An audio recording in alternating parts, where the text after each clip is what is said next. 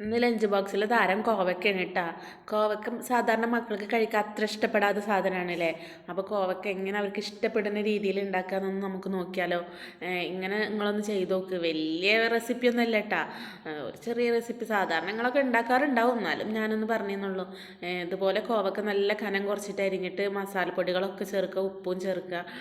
ഗരം മസാലപ്പൊടി മല്ലിപ്പൊടി ഒന്നും ചേർക്കാൻ മറക്കരുത് കേട്ടോ. ചിലവർക്ക് മല്ലിപ്പൊടി ഒന്നും അത്ര ഇഷ്ടം ഉണ്ടാവില്ല, എന്നാലും ഒരു ലേശം ചേർത്തോ. എനിക്ക് മല്ലിപ്പൊടിയൊക്കെ ഭയങ്കര ഇഷ്ടമാട്ടാ, അതുകൊണ്ടാണ് ഞാൻ അത് ചേർക്കണം. നിങ്ങൾക്ക് ഇഷ്ടമില്ലെങ്കിൽ എന്നാൽ ഒഴിവാക്കിക്കോ. പിന്നെ കുറച്ച് സുറുക്കി ഒഴിച്ചിട്ട് കായം പറഞ്ഞിട്ട് വെളിച്ചെണ്ണയിൽ ഇതുപോലെ നല്ല ഡ്രൈ ഫ്രൈ ആക്കിയിട്ട് എടുക്കുക.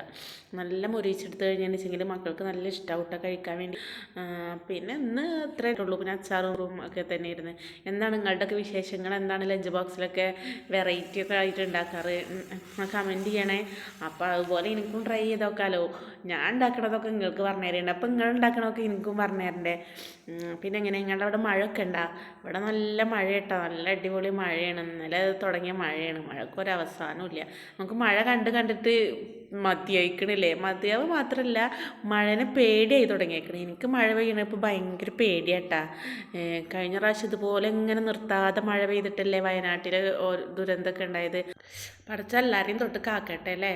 അപ്പോൾ എല്ലാവരും സേഫായിരിക്കുക.